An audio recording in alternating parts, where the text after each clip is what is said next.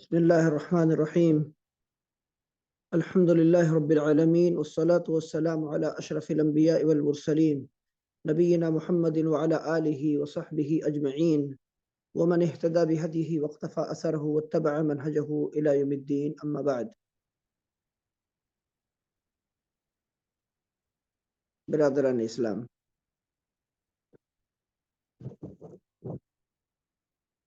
جیسا کہ آپ سب کو معلوم ہے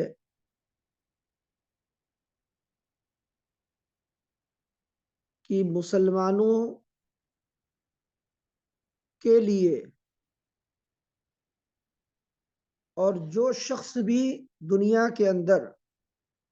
اللہ تعالیٰ پر ایمان رکھتا ہے یا ایمان کا دعویٰ کرتا ہے،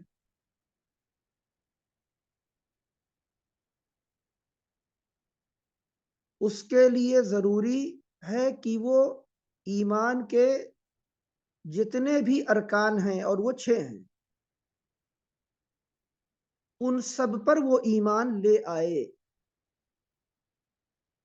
اور وہ بھی ایمان اپنے اس معنی میں جو یقین کے معنی میں ہے، نہ کہ صرف زبان سے اقرار کرنا یا تصدیق کرنا۔ تو انہی ارکان میں سے ایمان بالکتب الالہیہ، یعنی آسمانی کتابیں جو اللہ تعالی نے بندوں کی ہدایت کے لیے اتاری اور اپنے پیغمبروں کو دیں تاکہ وہ اللہ کے بندوں کو ان کتابوں میں ذکر کیے گئے احکام سکھائیں۔ تو ان ساری کتابوں پر ایمان لے آنا ضروری ہے۔ جس کا آسمانی کتابوں پر ایمان نہیں ہوگا، وہ گرچہ کی ایمان کے باقی ارکان کو تسلیم کرے، پھر بھی وہ اسلام میں داخل نہیں ہوگا، وہ کافر ہوگا۔ تو اللہ تعالیٰ نے بہت سی کتابیں اتاری ہیں،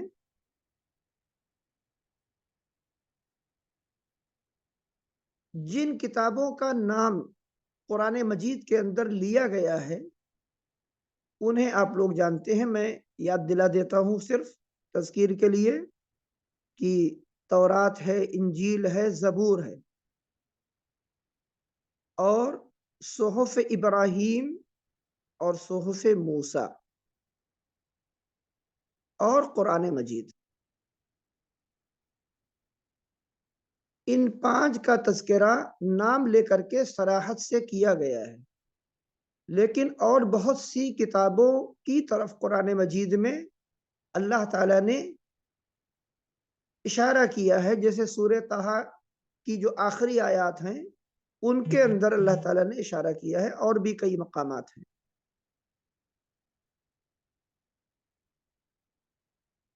تو انہی کتابوں میں سے سب سے عظیم کتاب قرآن مجید ہے، جو اللہ تعالیٰ کی طرف سے نازل کی گئی کتابوں میں آخری کتاب ہے، اور وہ اللہ تعالیٰ کے سب سے عظیم الشان پیغمبر جو خاتم النبیین ہیں، جن کے بعد کسی پیغمبر کی، کسی نبی کی بعثت نہیں ہوگی، ان کے اوپر وہ کتاب نازل کی گئی۔ اور اس کتاب کے اندر پچھلی تمام آسمانی کتابوں کا خلاصہ بیان کیا گیا، وہ سارے علوم اور خزانے، وہ تمام جواہر پارے جو تمام آسمانی کتابوں میں رب العالمین نے بتائے، اتارے اور نازل کیے تھے، بندوں کو سکھائے تھے، ان سب کو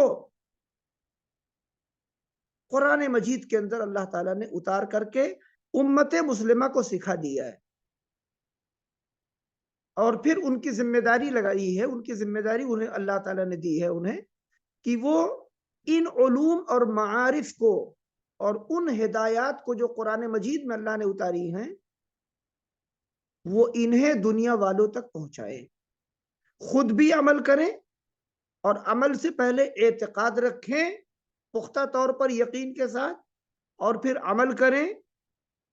تطبیق دے اپنی زندگی کے اندر، اور اس پیغام کو دنیا والوں تک پہنچائے، کیونکہ وہ اللہ کے پیغام کے امین ہیں، محافظ ہیں، ذمہ دار ہیں۔ تو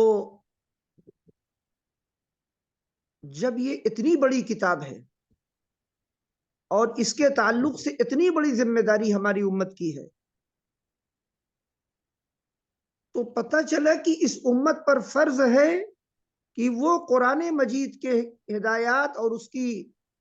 تعلیمات کو دنیا والوں تک پہنچائیں، اور پہنچانے کے لیے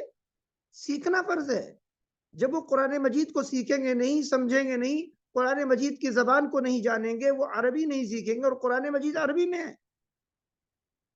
تو وہ عمل کیسے کریں گے اور پہنچائیں گے کیسے، اور اس ذمہ داری کو ادا کیسے کریں گے؟ یہ وہ سوالات ہیں جن کا جواب ہم لوگوں کو تیار کرنا چاہیے۔ اسی لیے امت پر فرض ہے کہ وہ قرآن مجید کے معانی اور مطالب کو سیکھیں اور سمجھیں، جیسے یہ بھی فرض ہے کہ وہ قرآن مجید کو پڑھنا اور اس کے قواعد اور تجوید کے احکامات کے ساتھ پڑھنا سیکھیں، یہ فرض ہے ہر مسلمان پر۔ اسی طریقے سے ان پر فرض ہے کہ وہ عربی زبان کو بھی سیکھیں، تاکہ جب قرآن مجید کی وہ تلاوت کریں یا وہ اس کی قرأت کو سمجھیں، سنیں، تو وہ سمجھیں بھی، تدبر بھی کریں کہ ان کا مہربان چاہنے والا پروردگار انہیں کیا بتا رہا ہے، انہیں کیا حکم دے رہا ہے، کیا سکھا رہا ہے۔ لیکن اکثریت کا جو حال ہے آج کہ قرآن مجید سیکھنے کے لیے، عربی زبان سیکھنے کے لیے لوگوں کی زندگی میں وقت نہیں کہتے ہیں۔ ہر فن سیکھنے کا وقت ہے، کیونکہ اس فن کے ذریعے سے وہ روزی روٹی کمائے گا، اس لیے بچے کو بھی سکھائے گا، خود بھی سیکھے گا۔ انسان کا یہ حال ہے۔ لیکن اللہ تعالیٰ کے پیغام کو، اس کی کتاب کو سیکھنے اور سمجھنے کے لیے زندگی میں لوگوں کے پاس نہ فکر ہے نہ وقت ہے۔ تو یہ بہت اہم بات ہے، اسے آپ لوگ یاد رکھیے اور اس پیغام کو عام کیجئے، کیونکہ اللہ تعالیٰ نے اس کتاب کو نازل کیا ہے اور بتایا لِيَدَّبَّرُوا آیَاتِهِ، اس عظیم کتاب کو ہم نے اتارا ہے تاکہ اس کی آیتوں پر وہ غور و فکر کریں، تدبر کریں۔ جب وہ سمجھیں گے نہیں اور اس کی زبان کو جانیں گے نہیں، تو وہ چاہے وہ پڑھیں قرآن کو یا سنیں، سمجھیں گے نہیں وہ پھر۔ تو یہ ایک لمبا مرحلہ ہے کہ عوام کو عربی زبان سکھائی جائے، اور میں نے بتا دیا کہ سیکھنا اور سکھانا فرض ہے۔ تو جب ہم یہ ابھی نہیں کر پا رہے ہیں یا ہماری امت کی طرف سے کوتاہی ہو رہی ہے، تو یہ ایک قدم اٹھایا گیا ہے، اور اس سے پہلے بہت سے علماء نے یہ کام کیا ہے کہ وہ قرآن مجید کے دروس دیتے ہیں، قرآن مجید کی تفسیر بیان کرتے ہیں، اس کے معانی کو عوام کی زبان میں لوگوں کے سامنے رکھتے ہیں تاکہ وہ قرآن مجید کے معانی کو سمجھیں۔ اور آج کا یہ پروگرام بھی اسی مناسبت سے رکھا گیا ہے کہ ہر دن ایک سپارے کے معانی ہم لوگ سنیں اور کوشش کریں کہ ان کو ضبط کریں، یاد کریں، اور جب تراویح کے اندر قرآن مجید کی تلاوت کی جائے، جو بھی پڑھا جائے، چاہے ایک سپارہ پڑھا جائے یا اس سے زیادہ یا اس سے کم، تو جو آیتیں ہمارے کانوں سے ٹکرائیں، یعنی ہمارے کان ان کو سنیں، جو اللہ کا عظیم کلام ہے، تو اس کلام کو ہم سمجھنے کی کوشش کریں۔ وہ صرف کانوں تک نہ رہے وہ آواز ہمارے دل اور دماغ کو بھی خطاب کرے، ہماری روح کو بھی خطاب کرے، جب ہماری روح کو اللہ کا کلام خطاب کرے گا تب ہماری زندگی کے اندر روحانی انقلاب آئے گا انشاءاللہ. روحانی انقلاب، کیونکہ قرآن مجید کو اللہ نے کہا وَكَذَلِكَ أَوْحَيْنَا إِلَيْكَ رُوحًا مِّنْ أَمْرِنَا مَا كُنْتَ تَدْرِي مَا الْكِتَابُ وَلَا الْإِيمَانُ وَلَكِنْ جَعَلْنَاهُ نُورًا نَهْدِي بِهِ مَن نَّشَاءُ مِنْ عِبَادِنَا وَإِنَّكَ لَتَهْدِي إِلَى صِرَاطٍ مُّسْتَقِيمٍ. اس آیت میں اللہ تعالیٰ بتا رہا ہے کہ قرآن مجید جو اللہ نے نازل کیا ہے وہ روح ہے، زندگی ہے، اس میں وہ نور ہے، اس کے بغیر روشنی نہیں ہے. تو جو قرآن مجید کی تعلیمات کو نہیں سمجھے اور نہ ان پر عمل کرے تو وہ روح اور زندگی سے بھی محروم ہے اور وہ اندھیرے میں زندگی گزار رہا ہے، وہ روشنی سے بھی محروم ہے. تو روح ہے ہدایت اور روشنی جو اس دنیا میں جمع کر لے گا، حاصل کر لے گا، قبر میں جب جائے گا اس کی قبر روشن ہوگی، اسی قرآن کی تعلیمات پر عمل کرنے سے روشن ہوگی. اور قیامت کے دن بھی اسے اتنا ہی نور ملے گا جتنا اہتمام اس نے قرآن مجید کے ساتھ دنیا میں کیا ہوگا. اور آگے بتا دیا کہ یہی صراط مستقیم ہے، یعنی قرآن مجید کی تعلیمات پہ عمل کرنا صراط مستقیم ہے. اب ہم آتے ہیں قرآن مجید کے پہلے سپارے کی طرف اور غور کرتے ہیں ان باتوں پر جو یہاں بیان کی جا رہی ہیں اور کچھ باتیں جو بیان کی گئی ہیں ان پر. دیکھیے، اللہ رب العالمین نے جو عظیم کتاب نازل کی وہ 30 سپاروں پر مشتمل ہے، یعنی قرآن مجید. اور اس عظیم کتاب میں اللہ نے ایک سب سے عظیم الشان سورت نازل کی جو بہت ہی مختصر ہے، بہت مختصر، لیکن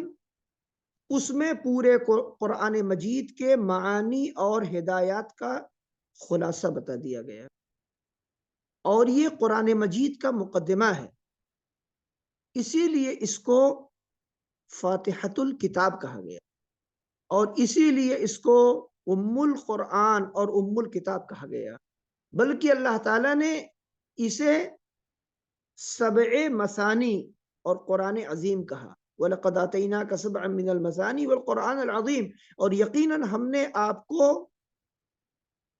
7 ایسی آیتیں دی ہیں جو بار بار دہرائی جائیں اور قرآن عظیم دیا ہے. اور احادیث سے ثابت ہے کہ نبی اکرم علیہ السلام بتایا کہ اس سے مراد قرآن مجید ہے. اور نبی کریم صلی اللہ علیہ وسلم نے قسم کھا کے کہا کہ والذی نفسی بیدہ، اس ذات کی قسم جس کے ہاتھ میں میری جان ہے، ما انزلت فی التوراۃ ولا فی الانجیل ولا فی الفرقان مثلھا، کہ مجھ پر ایسی صورت نازل کی گئی ہے کہ اس جیسی صورت نہ تورات میں اللہ نے اتاری، نہ انجیل میں، اور نہ ہی قرآن مجید میں. پتہ یہ چلا کہ قرآن مجید کی سب سے عظیم صورت جلالت شان اور مقام کے اعتبار سے اور عظیم معانی کے اعتبار سے سورہ فاتحہ. تو سورہ فاتحہ قرآن مجید میں ذکر کیے گئے احکام اور مسائل، قرآن مجید میں مذکور عقائد اور اعمال، ان سب کے مختصر بیان پر مشتمل ہے. تو اللہ تعالیٰ نے سب سے پہلے فرمایا، اور اسے ہم شروع کرتے ہیں استعاذہ سے. اعوذ باللہ من الشیطان الرجیم، بسم اللہ الرحمن الرحیم. قرآن مجید شروع کرنے سے پہلے، اس کی تلاوت سے پہلے، اللہ تعالیٰ نے حکم دیا ہے کہ اپنے رب کی پناہ مانگو پہلے، شیطان رجیم کے شر سے بچنے کے لیے رب کی پناہ میں آؤ کہ اللہ تمہیں شیطان سے بچائے. اور یہ توحید ہے، یہ کہ اللہ کا بندہ اللہ ہی کی پناہ مانگ رہا ہے، اللہ کی پناہ میں آنا چاہتا ہے، اس کی حفاظت میں آنے کا وہ رب سے سوال کر رہا ہے، اور یہ دعا ہے، یہ فریاد ہے اللہ تعالیٰ سے. تو پتہ یہ چلا کہ شیطان اور شیطان کے راستوں سے بندہ دور ہونا چاہتا ہے، یہ اس کو سکھایا جا رہا ہے. اس کے بعد بسم اللہ الرحمن الرحیم کی جو آیت ہے، اس کے بارے میں اہل علم کے درمیان بہت لمبا کلام ہے کہ یہ ایک ابتدائی آیت ہے یا سورہ فاتحہ کی آیات میں سے ایک آیت ہے یا اس کا حصہ ہے. تو اس لمبے اختلاف میں نہ جا کر ہمیں صرف یہاں پر یہ جاننا ہے کہ یہ آیت قرآن مجید کی ہے اور اسے ہر سورت کی ابتدا میں نازل کیا گیا.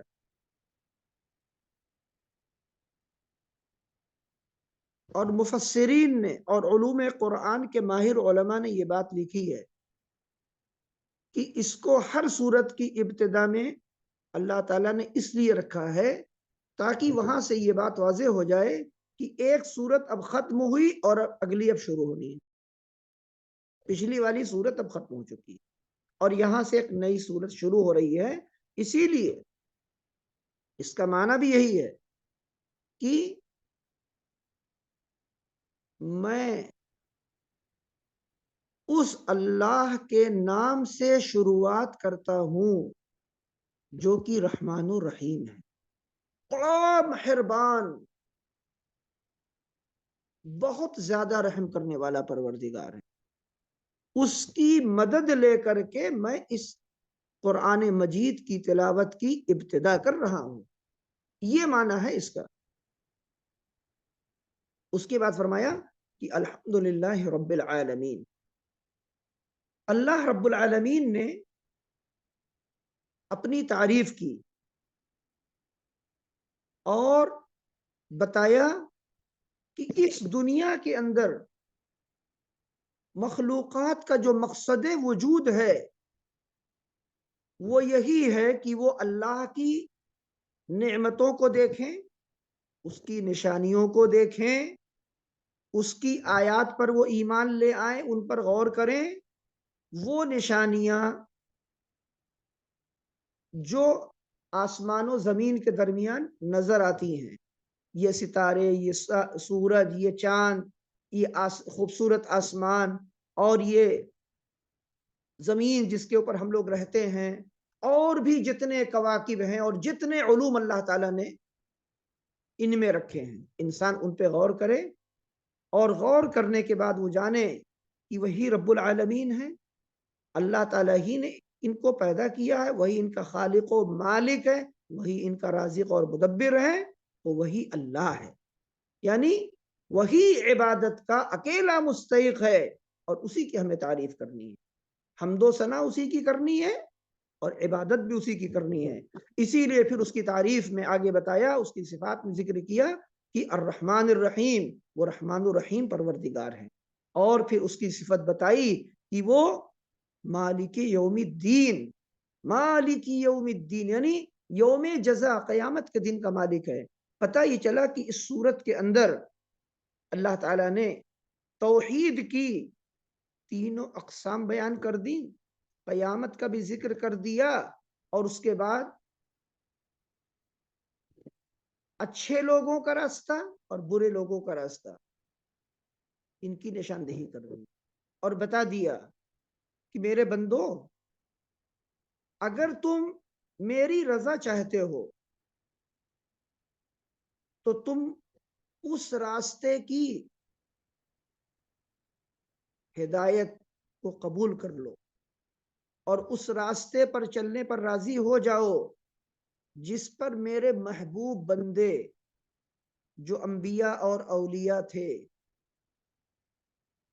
اس راستے پہ تم چلو گے، انہی کے طریقے اپناؤ گے، تو میں تم سے راضی ہو کر یوم جزا میں حساب کے بعد اپنی جنتوں میں داخل کر دوں گا، اور جو ان انبیاء علیہ الصلاۃ والسلام کے اور اولیاء کرام علیہم الرحمت والرضوان کے دشمن تھے، ان کے راستے اور طریقے سے دور رہو، اس لیے کہ جو ان کے طریقے پہ چلے گا، جب میں بدلہ دوں گا اور حساب لوں گا، یعنی قیامت کے دن جو یوم الدین ہے، تو میں ان کو اپنی پیدا کی ہوئی جہنم جو کافروں کا انتظار کر رہی ہے، میں اس میں ہمیشہ کے لیے داخل کر دوں گا۔ اس کے بعد اللہ تعالیٰ نے بتایا اور کہا ایاک نعبد و ایاک نستعین۔ اب یہاں بندوں کو سکھایا جا رہا ہے کہ تم اللہ تعالیٰ سے دعا کر رہے ہو، اور دعا کرنے میں پہلے اللہ کی تعریف اور حمد و ثنا بیان کرو، اس کی عظمتوں کا ذکر کرو، اس کے اسماء حسنہ اور اس کی جو مبارک صفات ہیں ان کا بیان اور اقرار کرو، اور اس کے بعد کہو کہ اے ہمارے عظیم پروردگار، ہم صرف تیری ہی عبادت کرتے ہیں اور تجھی سے مدد چاہتے ہیں۔ یہ وہ عظیم آیت ہے جو در حقیقت تمام آسمانی کتابوں کا خلاصہ بیان کرتی ہے۔ اس لیے کہ میں نے آپ سے جیسے بتایا کہ قرآن مجید پچھلی تمام آسمانی کتابوں کے خلاصے پر مشتمل ہے، قرآن مجید، اور قرآن مجید میں جو معانی بیان کیے گئے ہیں وہ سب کے سب سورہ فاتحہ کے اندر ہیں، اور سورہ فاتحہ میں جو معانی بیان کیے گئے ہیں ان میں ان سارے معانی کے خلاصے کو، ان مضامین میں مذکور تمام باتوں کے خلاصے کو اس ایک آیت میں رب العالمین نے بیان کر دیا ہے کہ بندو تم اس بات کا اقرار بھی کرو اور اس پر عمل بھی کرو کہ تم صرف اپنے رب کی عبادت کرو گے اور مدد دوسری سے مانگو گے، کسی دوسرے کی عبادت نہیں کرنا، وہی شرک اکبر ہے، اور اس میں اخلاص کی تعلیم اور تلقین ہے، اور اعلان ہے، اقرار ہے، دعا اور فریاد ہے۔ تو یہ آیت تمام آسمانی کتابوں کا خلاصہ ہے، اسے یاد رکھیے۔ اس لیے قرآن مجید کے طالب علم کو اور قرآن مجید پر ایمان رکھنے والے کو چاہیے کہ وہ عبادات کی تمام انواع اور اقسام کو اللہ تعالیٰ کے لیے انجام دے، اور اسی کی رضا کے لیے، اسی کو اخلاص کہا گیا، نہ وہ کسی اور کی عبادت کرے اور نہ کسی اور کے لیے کرے۔ کسی دوسرے کی عبادت یہ شرک ہے، کسی دوسرے کی خوشنودی کے لیے عبادت یہ شرک اکبر ہے، پہلا والا شرک اصغر، ریاکاری جیسے ہے۔ نماز پڑھا انسان نے ریاکاری کے لیے، صدقہ خیرات کیا، مسجد بنوائی دکھاوے کے لیے، شہرت اور نام و نمود کے لیے،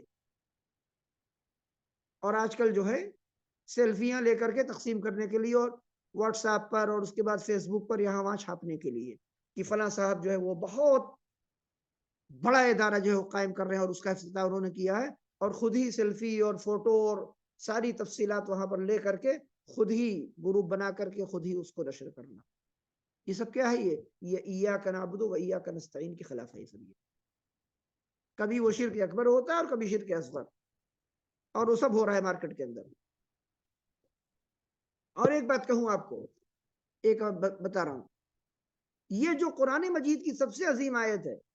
اس آیت کی تفسیر میں ہمارے بعض منحرفین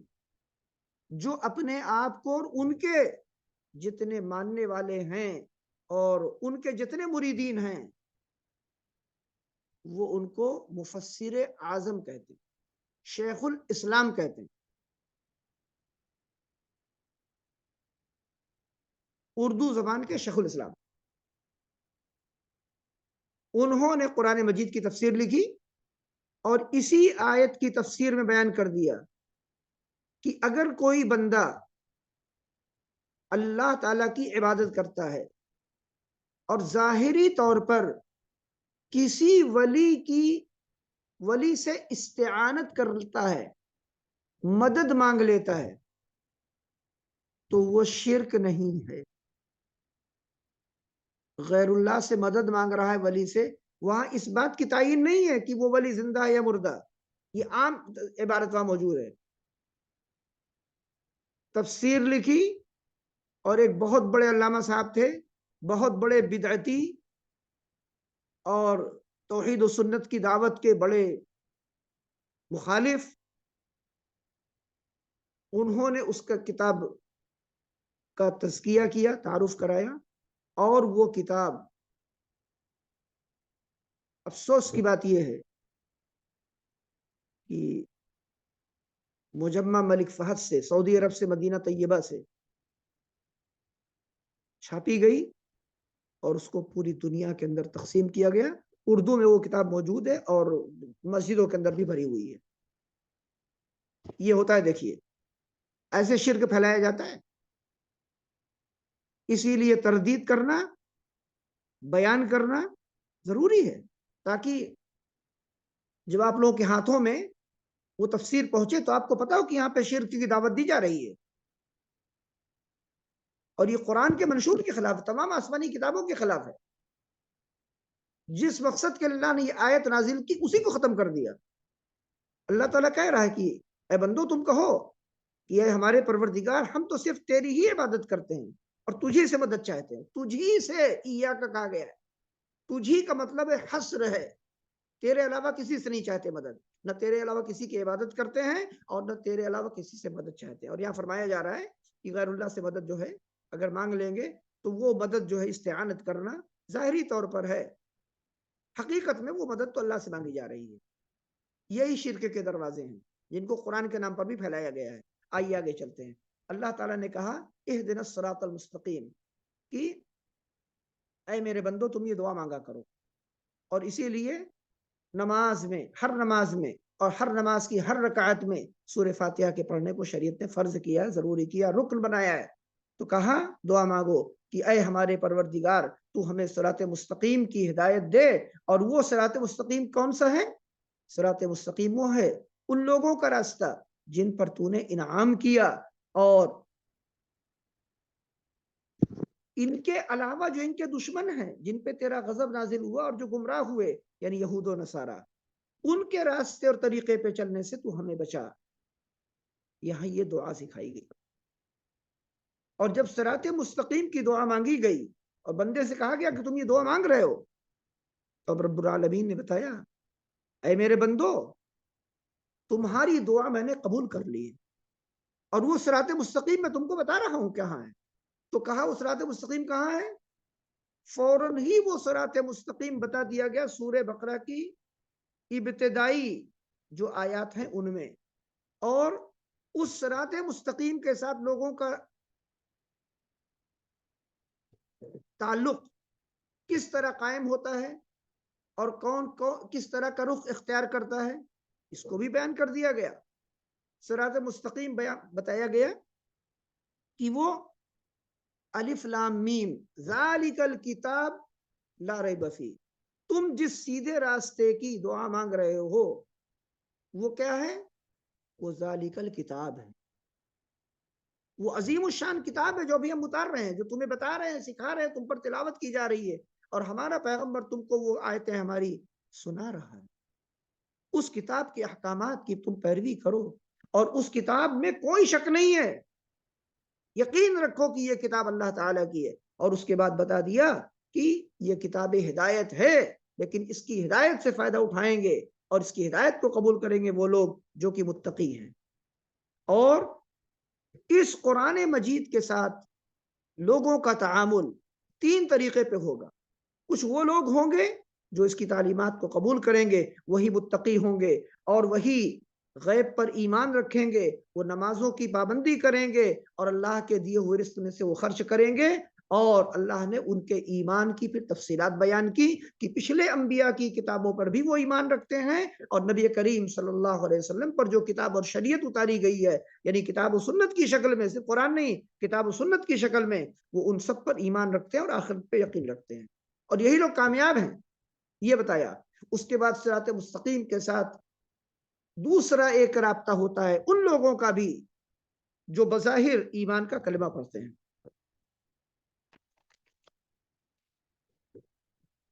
بظاہر ایمان کا کلمہ پڑھتے ہیں، اور کچھ لوگ جو کھل کر کے قرآن مجید کا انکار کرتے ہیں اور اللہ کے اور اس کے پیغمبروں کے دشمن ہوتے ہیں۔ یہ دو طرح کے لوگ ہیں، ایک وہ ہیں جو کھل کر کے انکار کرتے ہیں اور اللہ کے دشمن بن جاتے ہیں کھلے ہوئے، وہ ہوتے ہیں کافر، ان کا تذکرہ کیا۔ اور کچھ وہ لوگ ہوتے ہیں معاشرے میں جو ظاہری طور پر کلمے کا اقرار تو کر لیتے ہیں، لیکن اقرار کرنے کے بعد دل میں اس کلمے کو داخل نہیں کرتے، یعنی وہ منافق ہوتے ہیں۔ تو کافروں کا تذکرہ اللہ تعالی نے اس کے بعد کیا ہے صرف 2 آیتوں میں، کہا ان کو آپ ڈرائیں چاہے نہ ڈرائیں، یہ برابر ہے ان کے لیے، وہ ایمان نہیں لائیں گے، اور ان کے دلوں پہ اللہ نے مہر لگا دی ہے، اور ان کے لیے بہت ہی خطرناک عذاب ہے۔ اس کے بعد منافقین کی اوصاف بیان کی کہ منافقین معاشرے کے سب سے بڑے دشمن ہوتے ہیں، ان کا کفر چھپا ہوا رہتا ہے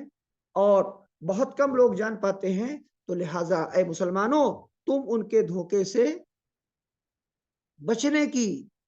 کوشش کرو ہمیشہ، اور جان لو کہ وہ تمہارے اندر کے ناسور ہیں اور تمہارے دشمن ہیں۔ منافقین کے اوصاف بیان کی اور ان کی مثالیں دی، اور آگے چل کے اللہ تعالیٰ نے قرآن مجید کا پہلا حکم نازل کیا کہ اے میرے بندو، میں نے تمہیں اپنی عبادت کے لیے پیدا کیا ہے، یا ایھا الناس اعبدوا ربکم الذی خلقکم، جس رب نے تمہیں پیدا کیا اور تم سے پہلے ساری مخلوقات کو پیدا کیا، تم اسی رب کی عبادت کرو۔ اور اس کے بعد اللہ تعالیٰ نے اپنی ربوبیت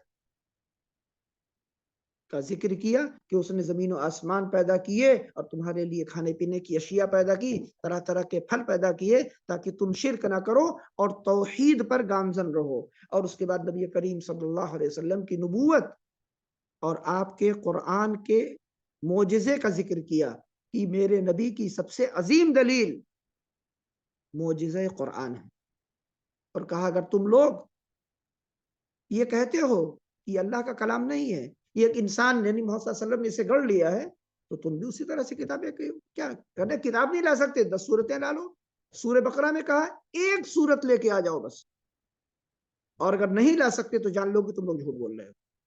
اور بتایا پھر جو قرآن کا انکار کریں گے ان کے لیے جہنم میں نے تیار کی ہے، اور جو لوگ اس پر ایمان لے آئیں گے ان کے لیے کہا وبشر الذین آمنوا، ان کے لیے بشارت ہے، ان کے لیے جنتیں ہیں۔ اور آگے چل کے بیان کیا کہ اللہ تعالیٰ نے ایمان والوں کے لیے مثالیں نازل کی ہیں،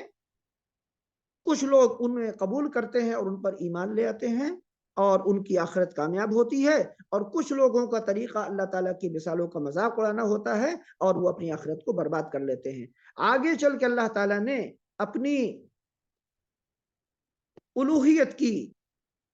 عظیم عقلی دلیل دی ہے اور کہا کہ تم کیسے اس رب کا انکار کر سکتے ہو، کیسے کفر کر سکتے ہو، جبکہ تم جانتے ہو کہ تم معدوم تھے، تمہارا کوئی وجود نہیں تھا۔ رب کہہ رہا ہے میں نے تم کو پیدا کیا، میں نے تمہیں زندگی دی، تو تم تو یہ مان ہی رہے تم مخلوق ہو نا، ایک خالق ہے، جو خالق ہے اسی کی عبادت بھی تمہیں کرنی چاہیے۔ پھر یہ بھی بتایا کہ یہ دنیا والو، یہ دنیا میں نے تمہارے لیے پیدا کی ہے، تمہاری منفعت کے لیے ہے، تاکہ تم اس میں پیدا کی ہوئی اشیاء اور منافع سے فائدہ اٹھاؤ، لیکن عبادت کسی کرو گے؟ عبادت میری کرو گے، کیونکہ میں نے تمہیں چیزیں دی، میں ہی تمہارا خالق، مالک، رازق اور مدبر اور منعم اور محسن ہوں، تو کسی اور کی عبادت کیسے کر سکتے ہو؟ اس کے بعد اللہ تعالیٰ نے آدم علیہ السلام اور فرشتوں اور اس کے بعد ابلیس کے ساتھ جو مکالمہ ہوا اور اللہ نے سجدے کے لیے کہا، ان سب کو اس پورے واقعے کا اللہ تعالیٰ نے ذکر کیا، اور ذکر کرنے کے بعد جو مقصود ہے وہ بتایا کہ اے اولاد آدم، تمہاری اصل تمہارے ابا بابا آدم ان سے ہے، لہذا تم ان کے ساتھ وفادار بنو، اور جو شیطان ابلیس ان کا دشمن تھا وہ تمہارا بھی دشمن ہے، تم اسے دشمن بنا کے رکھو، اسے کبھی دوست مت بنانا۔ اور فرشتوں کا موقف یہ تھا کہ انہوں نے اللہ کے حکم کو مانا، اور آدم کو تمہارے جو والد تھے علیہ الصلوۃ والسلام، ان اللہ تعالیٰ کے حکم پر انہوں نے سجدہ کیا، لہذا فرشتے تمہارے لیے محسن ہیں، تمہارے چاہنے والے ہیں، اور میں نے بہت سے اعمال پر فرشتوں کو مقرر کیا ہے، لہذا تم ان پر ایمان رکھو، ان کی عزت کرو، ان کا احترام کرو، اور ان کے ساتھ کوئی برا سلوک یعنی بد عقیدے والی بات یا گستاخی کی کوئی بات ان کے بارے میں کبھی بھی مت کہنا۔ اور اس کے بعد اللہ رب العالمین نے پورے واقعے کا ذکر کیا کہ کیسے اللہ تعالیٰ نے آدم علیہ السلام کو جنت میں داخل کیا، اور انہوں نے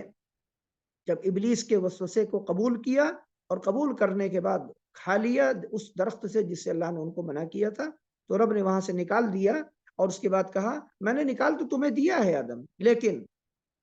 واپس تمہاری جگہ یہیں پہ آنے کی ہے، لیکن کیسے آؤ گے؟ عمل کر کے آؤ گے، ایمان اور عمل لے کے آنا، اور میری طرف سے جو احکام تمہیں دیے جائیں گے ان پہ عمل کرو گے، تبھی میں تمہیں اور تمہاری اولاد کو جنت میں داخل کروں گا۔ فَإِمَّا يَأْتِيَنَّكُم مِّنِّي هُدًى فَمَن تَبِعَ هُدَايَ فَلَا خَوْفٌ عَلَيْهِمْ وَلَا هُمْ يَحْزَنُونَ میں یہی بات بیان کی گئی، اور کافروں کا بدترین انجام بتایا کہ پھر وہ جہنم کی آگ میں ہمیشہ رہیں گے۔ اور اس کے بعد بنی اسرائیل کا لمبا ذکر کیا ہے اللہ تعالیٰ نے، جن کا ذکر سورہ فاتحہ میں آ گیا تھا، مغضوب علیہم کے مختصر سے لفظ سے اللہ نے پھر آگے بتایا کہ بنی اسرائیل اور یہود نے کون کون سے اعمال کیے، کون کون سی کارستانیاں اور اللہ کی نافرمانیاں کی۔ اے ایمان والو، ان نافرمانیوں سے تم بچو، ان کی طرح عمل نہیں کرو گے۔ اسی لیے آگے جب دوسری صورت آئی آل عمران، اس آل عمران میں اللہ تعالیٰ نے نصرانیوں اور ان کے اعمال اور ان کے برے عقیدوں کا ذکر کیا تاکہ مسلمان ان سے بچے۔ اور اس کے بعد کی جو صورت ہے سورۃ النساء، اللہ تعالیٰ نے انعام یافتہ بندوں کا اور ان کے اعمال کا ذکر کیا، اور کہا کہ ان کے نقش قدم پہ چلو گے تو تمہیں میں اپنی جنتوں میں داخل کروں گا۔ یہ ان صورتوں کی ترتیب کے پیچھے جو ہے مقصود ہے، یہ دیکھیے۔ اور اس کے بعد اللہ رب العالمین نے یہود پر، بنی اسرائیل پر جو جو نعمتیں کی، ان میں سے بہت سی نعمتوں کا اللہ نے ذکر کیا، اور کرنے کے بعد ایمان والوں سے کہا کہ تمہیں بھی میں نے اپنی نعمتیں دی ہیں اور میں دیتا رہوں گا، لیکن تم ان نعمتوں پر شکر گزاری کا راستہ اختیار کرنا، بنی اسرائیل کی طرح نہ شکرے نہ بننا۔ اور بہت لمبی تفصیل سے اللہ تعالیٰ نے بنی اسرائیل کے اعمال اور ان کی نافرمانیوں کا ذکر کیا، اور پھر بتایا کہ کیسے انہوں نے سنیچر والے دن مچھلیوں کے پکڑنے میں حیلہ سازی کی، اور کیسے اللہ نے ان کو بندر اور سور بنا دیا۔ یہ بیان کیوں کیا ہے؟ تاکہ ہماری امت میں ایسی حرکتیں نہ کی جائیں کہ لوگ حیلے بہانے کے ذریعے سے سود ہے اور حرام کی چیزوں کو حلال کر لیں۔ آج لوگ کیا کرتے ہیں؟ نام بدل لیتے ہیں، کہتے ہیں نام بدل لیں گے نا، اب وہ شراب نہیں ہے، وہ چاہے جو کریں، اب چاہے جو پیئیں، وہ شراب نہیں ہے، نام بدل گیا اس کا۔ اس طرح بہت سے اعمال کیے جا رہے ہیں نافرمانیوں کے، تو بتایا گیا کہ یہ یہودیوں کا راستہ ہے، ہیلے بہانے تلاش کر کے حرام کو حلال کرنے کا۔ اور پھر بتایا گائے کا جو واقعہ جس کی وجہ سے سورت کا نام رکھا گیا، کہ بنی اسرائیل میں ایک قتل کا واقعہ ہو گیا، تو انہوں نے کہا کہ قاتل پتہ نہیں چل رہا ہے، موسیٰ علیہ السلام آپ پر وحی آتی ہے، آپ اللہ تعالیٰ سے پوچھ کے بتا دیجیے۔ تو اللہ رب العالمین نے یہ کیا کہ اگر وہ قاتل کا نام بتا دے گا ان کو فوراً، تو وہ لوگ موسیٰ علیہ السلام پر الزام لگائیں گے کہ آپ تو طرفداری کر رہے ہیں، فلاں قبیلے کے ساتھ ہیں، آپ ان لوگوں کو کہہ رہے ہیں۔ تو اللہ تعالیٰ نے کہا کہ ایسا ہے موسیٰ کہ تم ان سے کہو کہ ایک گائے ذبح کریں اور اس کا گوشت لے کر کے مقتول کے اوپر مار دیں، اور وہ زندہ ہو کر کے بتا دے گا اسے کس نے قتل کیا۔ اور اس کے بعد وہ سوالات پہ سوالات کرتے رہے کہ وہ گائے پھر اس کی عمر کتنی ہونی چاہیے، اس کی صفت کیا ہونی چاہیے، پھر اس کا رنگ کتنا ہونا چاہیے، اور اس کے اندر اور بھی کیا کیا صفات ہونی چاہیے، آپ سب بیان کیجئے تب تو ہم جا کے کوئی عام گائے تھوڑی ہوگی، وہ تو بہت خاص گائے ہونی چاہیے۔ موسیٰ علیہ السلام نے کہا ٹھیک ہے تم سوال کرو گے ہم جواب دے دیں گے، سوال کرو گے جواب دے دیں گے۔ وہ سوال کرتے رہے، اللہ تعالیٰ کہتا رہا ایک اور صفت، ایک اور صفت، ایک اور صفت۔ پھر اسی طریقے سے کرتے کرتے وہ گائے کے ذبح کرنے پہ آئے، اور اس کے بعد انہوں نے اس کے مقتول کے اوپر مارا اور وہ زندہ ہو گیا، اور اس نے بتایا کہ مجھے میرے بھتیجے نے قتل کیا ہے۔ یہ واقعہ اللہ نے بتایا اور کہا کہ بنی اسرائیل کا دل اس کے بعد نرم ہو جانا چاہیے موسیٰ علیہ السلام کے معجزے پر، اللہ کی عظمت پر ان کا ایمان پختہ ہونا چاہیے۔ انہوں نے اس کے مقابل الٹا کیا اور پتھر کی طریقے سے ان کے دل سخت ہو گئے، اور اس کے بعد اللہ تعالیٰ نے ایمان والوں سے کہا کہ تم بنی اسرائیل سے خیر کی امید نہ رکھنا، اور یہ جان لینا یہ اسلام کے اور تمہارے دشمن ہیں اور ہمیشہ کے لیے تمہارے دشمن رہیں گے، اور میرے بندے تو وہ ہوں گے جو میرے احکام پہ عمل کریں گے۔ اس کے بعد اللہ تعالیٰ نے اور بہت سی شرارتیں بنی اسرائیل کی بیان کی، جن میں وہ انبیاء علیہ السلام کو قتل کرتے تھے، ان کا واقعہ، ان کے بعض واقعات کا اشارہ کیا، اور عیسیٰ علیہ السلام کو انہوں نے کس طریقے سے ستایا۔ پھر اس کے بعد جب اللہ تعالیٰ نے تورات دینے کے لیے موسیٰ علیہ السلام سے کہا کہ بنی اسرائیل کے 70 سرداروں کو لے کر کے آؤ تاکہ ان کو گواہ بنائیں، تو لے کر کے آئے پہاڑ کے اوپر، کوہ طور پر۔ جب ان کو اللہ تعالیٰ نے یہ کتاب دی موسیٰ علیہ السلام کو، اور بنی اسرائیل سے کہا کہ تم لوگ جا کے بنی اسرائیل میں گواہی دینا، کس سے کہا؟ جو سردار تھے ان لوگوں سے۔ تو سردار کہنے لگے ہم نے تو اللہ کو دیکھا نہیں، ہم کس سے گواہی کس طرح دیں گے؟ تو ایسا ہے کہ ہمیں آپ ایسا کیجئے کہ اللہ تعالیٰ کو قدیدار کرائیے، ہم پہلے دیکھیں گے تب مانیں گے۔ تو اللہ تعالیٰ نے ایک چیخ بھیجی، جس کے بعد وہ 70 کے 70 وہاں پہ ختم ہو گئے۔ اس کے بعد موسیٰ علیہ السلام نے گڑ گڑا کہ اللہ تعالیٰ سے فریاد کی کہ میں کیا جواب دوں گا نیچے جاؤں گا تو اس کے بعد اللہ رب العالمین نے ان کو زندہ کر دیا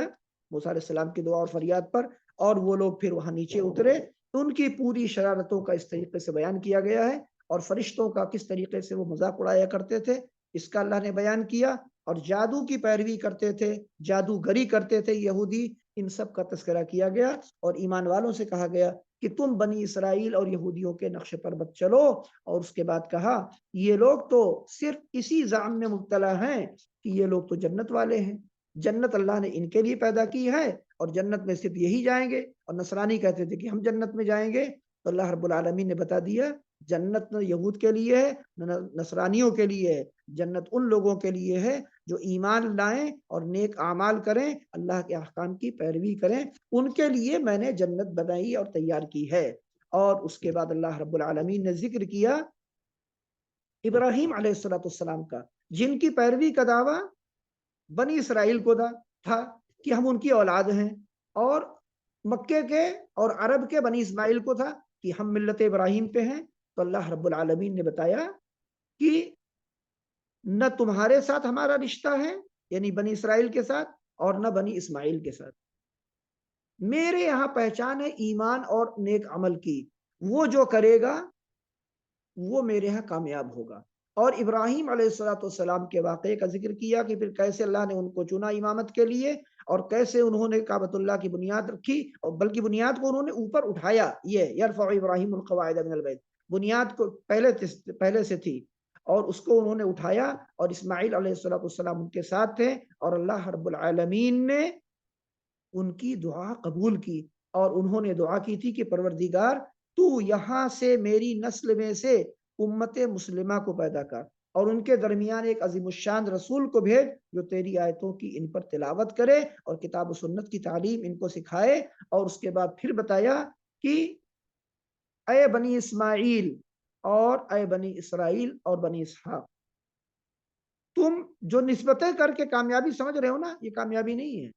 ان انبیاء کی اور تمہارے جو باپ دادا تھے ابراہیم و اسماعیل و اسحاق، ان سب کی دعوت توحید تھی، مرنے تک وہ لوگ اسی کی وصیت اور تلقین کرتے رہے،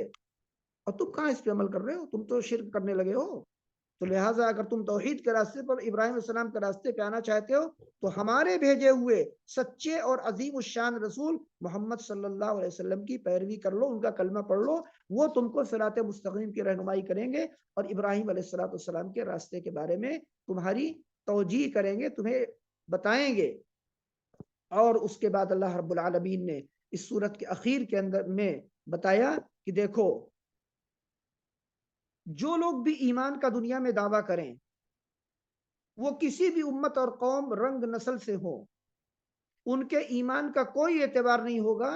مگر اس وقت جب وہ محمد صلی اللہ علیہ وسلم اور ان کے صحابہ رضی اللہ تعالی عنہم کے طریقے کے مطابق ایمان لے آئیں گے اور عمل بھی کریں گے۔ اور اسی پورے کلام پر اور اس کے دلائل پر اللہ نے اس سورت کا خاتمہ کیا، سورت نہیں، اس پارے کا خاتمہ کیا کہ سورت تو بھی باقی ہے، دوسرے پارے میں پھر تیسرے میں بھی آئے گی۔ تو اس میں بتایا کہ فَإِنْ آمَنُوا بِمِثْلِ وَآمَنْتُمْ بِهِ فَقَدْ اهْتَدَوْا، اگر یہ لوگ ایمان لے آئے یعنی دنیا والے اس طرح ایمان لے آئے جس طرح تم ایمان لائے ہو اے میرے نبی کے صحابہ، تب تو یہ لوگ ہدایت یافتہ ہوں گے۔ اور اگر انہوں نے اعراض کیا